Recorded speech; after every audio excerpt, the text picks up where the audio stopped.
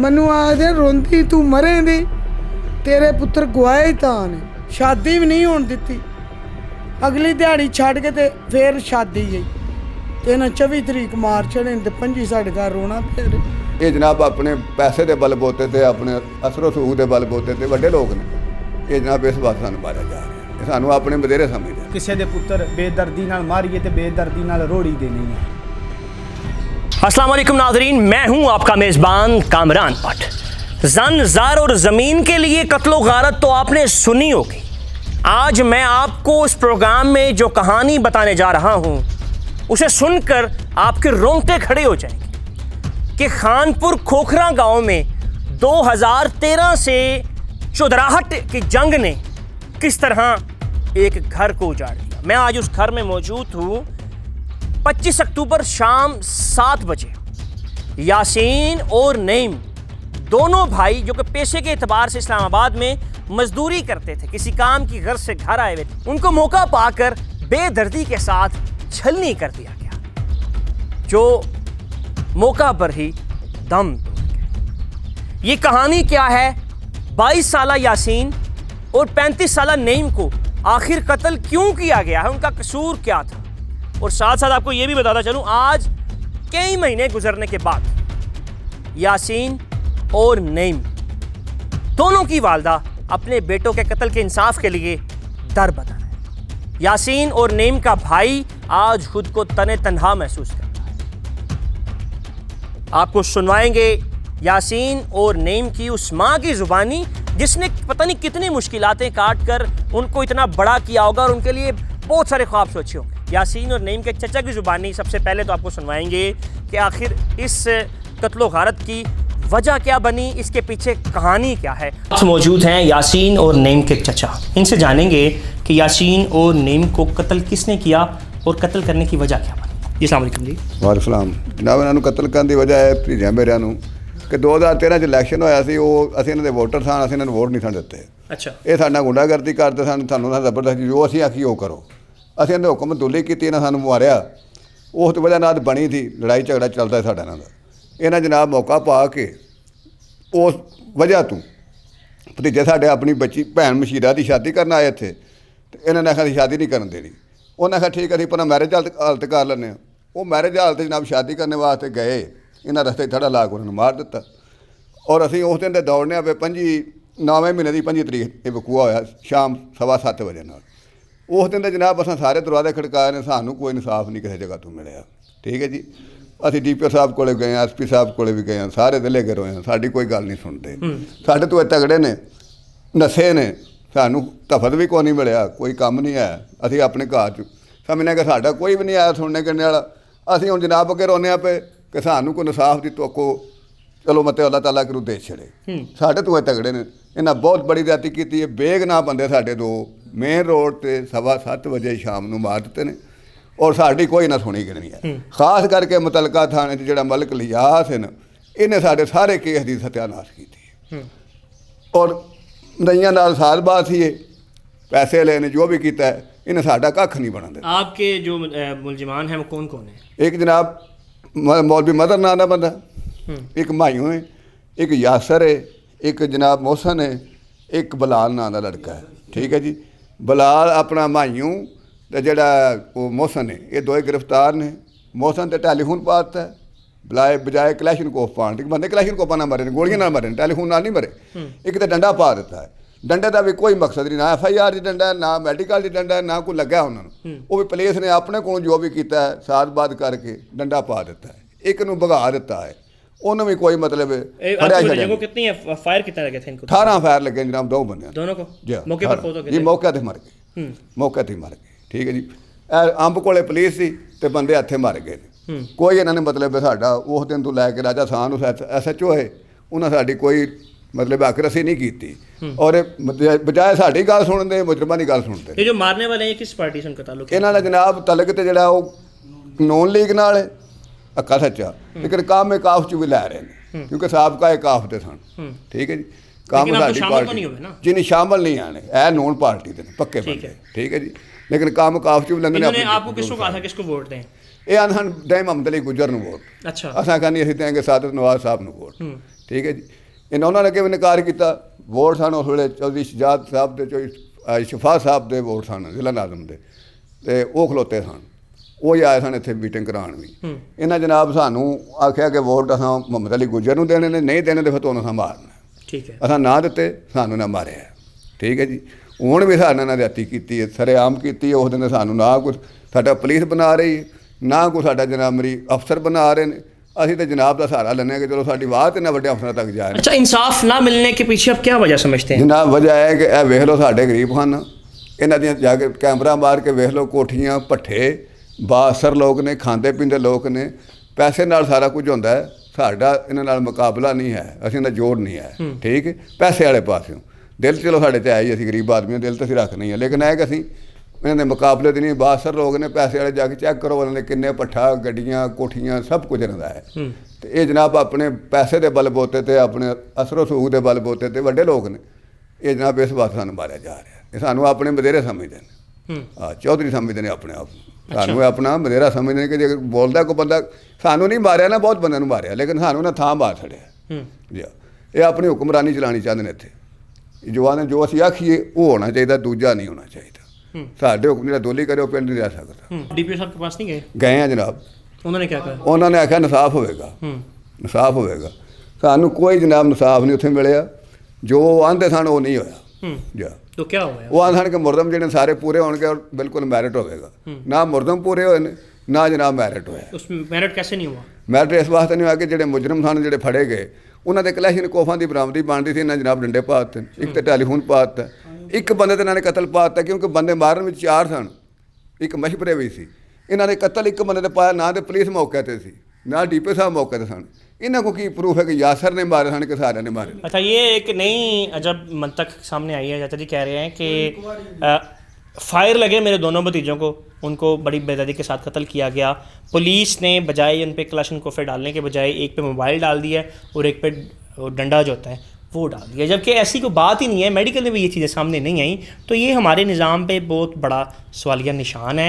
जी बिल्कुल नाज़रीन, मेरे साथ वो माँ मौजूद हैं जिन्होंने अपने 2 बेटे जो हैं वो सिर्फ़ सियासत की भेंट चढ़ा दिए हैं।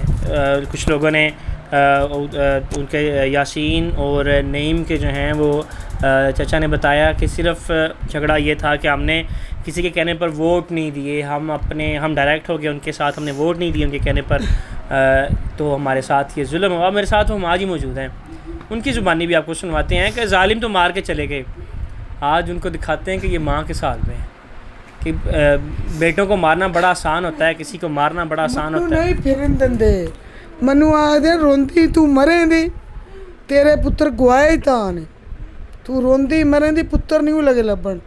ਜ਼ੁਲਮ ਮੇਰੇ ਤੇ ਪਾਇਆ ਨੇ, ਮੇਰੇ ਪੁੱਤਰ ਦੋਵੇਂ ਖੱਟੀਆਂ ਕੱਟਦੇ।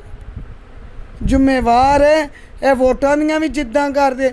ਜੇ ਅਸੀਂ ਘਰ ਵਿਆਹ ਕਰਨ ਧੀ ਦਾ ਲੱਗੇ ਹਾਂ, ਫਿਰ ਵੀ ਸਾਡੀ ਜਿੱਦ ਸਾਡੇ ਨਾਲ ਕਰਦੇ ਨੇ। ਵਿਆਹ ਦੇ ਤੇ ਕੁੜੀ ਦਾ ਵਿਆਹ ਖੋਹ ਲਿਆ ਤੇ ਮੁੰਡੇ ਦੋਵੇਂ ਗਵਾ ਛੜੇ ਨੇ। शादी नहीं हुई आपकी बेटी? ਨਾ ਨਹੀਂ, ਉਹ ਜਿਹੜੀ ਧੀ ਦੀ ਕਰਨ ਲਗਾ ਗਿਆ ਹਾਲ ਬੁੱਕ ਕਰਾਉਣ, ਉਹਦੀ ਤੇ ਰਹਿ ਗਈ ਨੇ। ਉਹਨਾਂ ਪਹਿਲਾਂ ਹੀ ਕਿਤੇ ਦੋਵੇਂ ਹੀ ਮਾਰ ਛੜੇ ਨੇ। ਸ਼ਾਦੀ ਵੀ ਨਹੀਂ ਹੋਣ ਦਿੱਤੀ। ਅਗਲੀ ਦਿਹਾੜੀ ਛੱਡ ਕੇ ਤੇ ਫਿਰ ਸ਼ਾਦੀ ਗਈ ਤੇ ਇਹਨਾਂ 24 ਤਰੀਕ ਮਾਰ ਛੜੇ ਨੇ ਤੇ 25 ਸਾਡੇ ਘਰ ਰੋਣਾ ਫਿਰ ਐਸ ਵੇ ਦਫਨਾ ਹੈ। मुझे दुख है बेटों का, दुख कितना दुख है। लोगों को बताएं ज़रा इनको कि बेटे गंवाना बड़ा मुश्किल होता है, बेटे पालना बड़ा मुश्किल होता है। कितना मुश्किल होता है। ਬੇਟੇ ਪਾਲਣੇ ਵੀ ਬੜੇ ਮੁਸ਼ਕਲ ਨਾਲ ਪਾਲੇ ਨੇ। ਔਰ ਜਿਸ ਦਰ ਦਾ ਸਦਮੇ 'ਚ ਵਾੜਿਆ ਨੇ, 5 ਮਹੀਨੇ ਹੋ ਗਏ ਜਿੱਧਰ ਜਾਂਦੇ ਨੇ ਪੈਸੇ ਦੇਈ ਜਾਂਦੇ ਨੇ, ਸਾਡੀ ਗੱਲ ਪੈਰਾਂ ਥੱਲੇ ਦੇਈ ਜਾਂਦੇ। ਕੋਈ ਸਾਡੇ ਕੇਸ ਦਾ ਨਹੀਂ, ਸਕੂਟਰ ਨਹੀਂ ਲਿਖਣ ਦਿੱਤਾ, ਫਿਰ ਕੋਪਾ ਨਹੀਂ ਲਿਖਣ ਦਿੱਤੀਆਂ, ਫਿਰ ਮੁੰਡਿਆਂ ਦਾ ਜ਼ੁਲਮ ਜਿੱਥੇ ਕੋਈ ਨਹੀਂ ਉੱਥੇ ਨਹੀਂ ਲਿਖਣ। ਮੈਂ ਜਾ ਕੇ ਚਾਦਰ ਪਾ ਕੇ ਬਹਿ ਜਾਂਦੀ, ਮੈਨੂੰ ਨਹੀਂ ਬਹਿਣ ਦਿੰਦੇ। ਬੰਦੇ ਮਗਰ ਲਾਣੇ, ਦੌੜ ਕੇ ਉਹ ਬੁੱਢੀ ਨੂੰ ਆ ਜਾਂ ਰਾਜੀਨਾਮਾ ਦੇ ਤੇ ਜਾਂ ਇੱਥੋਂ ਨੱਸ ਜਾ ਰਾਜੀਨਾਮਾ ਗੂਠੇ ਲਾ ਦੇ। ਤੇ ਮੈਂ ਕਿਹਾ ਰਾਜੀਨਾਮਾ ਤੇ ਮਰੀ ਦੇ ਹੀ ਲਾਓ ਦੇਣ, ਉਂਝ ਨਹੀਂ ਮੈਂ ਲਾ ਕੇ ਦੇ ਸਕਦਾ। ਫਿਰ ਪਿੰਡ ਇਹਨਾਂ ਨੇ ਮੈਨੂੰ, ਮੈਂ ਲੰਘੀ ਜਾਂਦੀਆਂ ਸੌਦਾ ਲੈਣ, ਸਕੂਟਰ ਚੱਲਦੇ ਤੂੰ ਲਾ ਲਿਆ।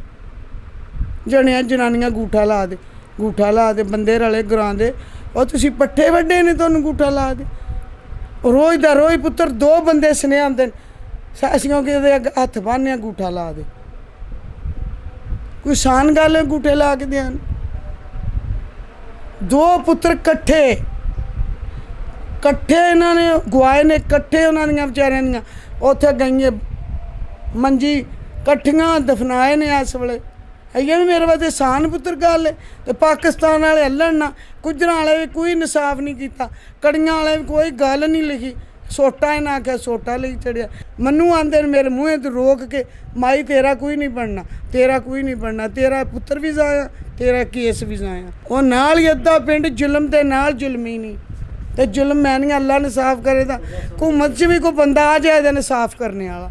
ਮੈਂ ਵੀ ਜਵਾਬ ਦਿੰਦੀ ਹਾਂ, ਹਕੂਮਤ 'ਚ ਵੀ ਅੱਲਾ ਫਰਿਸ਼ਤੇ ਭੇਜੇ ਦਾ ਉਹ ਮੇਰੇ ਪੁੱਤਰਾਂ ਦਾ ਇਨਸਾਫ ਕਰੇਗਾ। ਆ 5 ਉਹਦੇ ਧੀਆਂ ਪੁੱਤਰ ਨਹੀਂ, ਇੱਕ ਜਨਾਨੀਆਂ, 5 ਭੈਣਾਂ ਸੂ। ਮੈਂ ਉਹ ਸਾਰੇ ਟੱਬਰੇ ਨੂੰ ਸਾਨੂੰ ਤੱਪ ਚੜੇ ਜਾਂਦੇ, ਫਿਰ ਰੋ ਰੋ ਕੇ ਅਸੀਂ ਆਪੂ ਹੀ ਡਿੱਗਣੀਆਂ ਤੇ ਆਪੂ ਹੀ ਉੱਠ ਖਲੋਣੀਆਂ। ਇਹ ਕੰਧਾਂ ਤੋਂ ਚੜ੍ਹਦੇ ਨਹੀਂ, ਬਲਬ ਨਹੀਂ ਬਲਣ ਦਿੰਦੇ, ਬਾਹਰੋਂ मीटर ਭੰਨ गए नहीं। ये माँ जी के बाद मेरे साथ मौजूद हैं उन दोनों भाइयों के एक भाई मोहम्मद मनशा। पुलिस का कैसा किरदार रहा इसमें? ਪੁਲਿਸ ਜਨਾਬ ਮੌਕੇ ਦੀ ਸ਼ਹਾਦਤੀ ਵੀ ਏ ਔਰ ਮਕਾਮੀ ਪੁਲਿਸ ਇਹਨਾਂ ਨਾਲ ਪਹਿਲੇ ਹੀ ਮਿਲੀ ਗੁਲੀ ਏ। ਸਾਜ਼ਬਾਦ ਕਰਕੇ ਇਹਨਾਂ ਨੇ ਸਾਡੀ ਤਫਤੀਸ਼ ਮੁਕੱਦਮਾ ਵੀ ਤਬਾਹ ਬਰਬਾਦ ਕਰ ਦਿੱਤਾ। 2 ਭਾਈ ਮੇਰੇ ਬੇਦਰਦੀ ਨਾਲ ਇਹਨਾਂ ਕਤਲ ਕਰ ਦਿੱਤੇ ਨੇ। ਸਾਡਾ ਕਸੂਰ ਹੈ, ਇਹ ਪਿੰਡ ਦੇ ਚੌਧਰੀ ਨੇ, ਅਸੀਂ ਇਹਨਾਂ ਦੀ ਗੱਲ ਨਹੀਂ ਮੰਨੀ। ਇਹ ਸਾਨੂੰ ਜਨਾਬ ਰਿਆਇਆ ਆਪਣੀ ਸਮਝਦੇ, ਸਾਨੂੰ ਇਹਨਾਂ ਨੇ ਇਹ ਹੀ ਸਜ਼ਾ ਦਿੱਤੀ ਏ। ਤੁਸੀਂ ਇਹਨਾਂ ਨੇ ਸਾਡੀ ਗੱਲ ਨਹੀਂ ਮੰਨੀ। ਔਰ ਇਹ ਜਨਾਬ ਇਲਾਕੇ ਵਿੱਚ ਬਾਸਰ ਲੋਕ ਨੇ, ਭੱਤਾ ਹੋਰ ਲੋਕ ਨੇ, ਇਹਨਾਂ ਦੇ ਭੱਠੇ ਚੱਲਦੇ ਨੇ, ਇਹਨਾਂ ਦਾ ਜਨਾਬ ਬਿਜ਼ਨਸਮੈਨ ਨੇ, ਲੋਕਾਂ ਕੋਲ ਜ਼ਮੀਨਾਂ ਕਬਜ਼ਾ ਕਰਦੇ ਨੇ। ਸਾਡਾ ਇੰਨਾ ਹੀ ਗੁਨਾਹ ਹੈ ਜਨਾਬ, ਅਸੀਂ ਇਹਨਾਂ ਦੇ ਮਸਾਏ ਵੀ ਹਾਂ, ਇਹਨਾਂ ਦੇ ਮਹੱਲੇ ਵਿੱਚ ਰਹਿੰਦੇ। ਸਾਡਾ ਇੰਨਾ ਗੁਨਾਹ ਹੈ, ਅਸੀਂ ਇਹਨਾਂ ਨੂੰ ਜਨਾਬ ਇਹਨਾਂ ਦੀ ਗੱਲ ਨਹੀਂ ਮੰਨੀ। ਇਹਨਾਂ ਸਾਨੂੰ ਜਨਾਬ ਮਾਰ ਦਿੱਤਾ। ਅਸੀਂ ਇਹਨਾਂ ਨੇ ਸਾਨੂੰ ਪਿੰਡ ਤੋਂ ਘਰ ਤੋਂ ਕੱਢੇ ਆ, ਮਾਰ ਕੇ FIRਾਂ ਕਰਾ ਕੇ, ਜ਼ੁਲਮ ਕਰਕੇ, ਜ਼ਿਆਦਤੀ ਨਾਲ।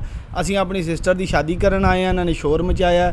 ਅਸੀਂ ਜਨਾਬ ਮਾਰਕੀਤੇ ਪੇ ਜਾਂਦਿਆਂ ਜਨਾਬ ਸਾਨੂੰ ਇਹਨਾਂ ਨੇ ਥੜਾ ਲਾਇਆ। ਮੇਰੇ ਦੋਵੇਂ ਭਾਈ ਇਹਨਾਂ ਬੇਦਰਦੀ ਨਾਲ ਕਤਲ ਕਰ ਦਿੱਤੇ ਨੇ।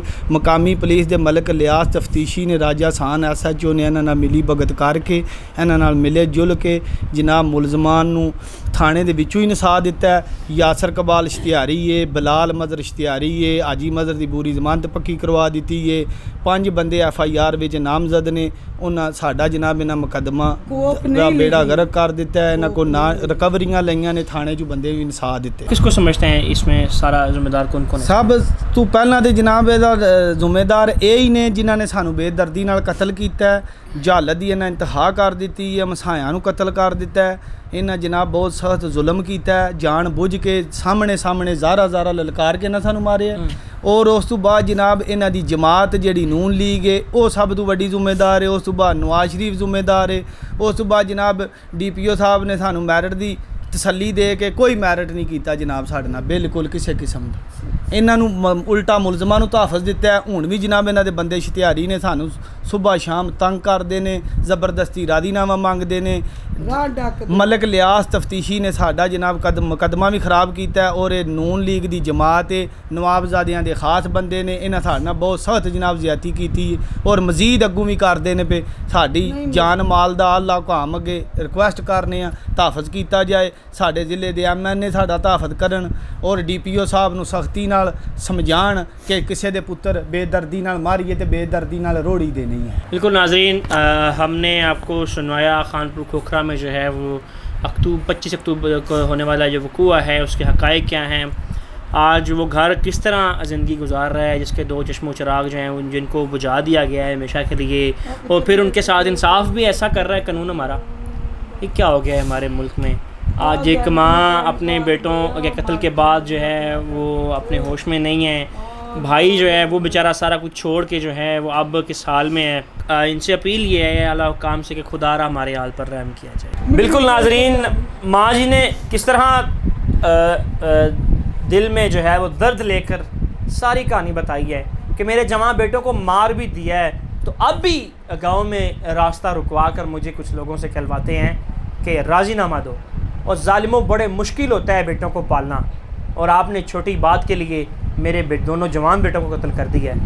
उसने बहन की डोली घर से निकालनी, वो तो बहन की डोली घर से निकालने के लिए आया था, वो डोली भी रुकी और डोली उठने के बजाय 2 मेरे जवान बेटों के लाशें उठ गई। ये भाई ने बताया है कि किस तरह जो है वो इनके केस को ख़राब किया गया है और कहीं से भी इंसाफ नहीं मिल रहा।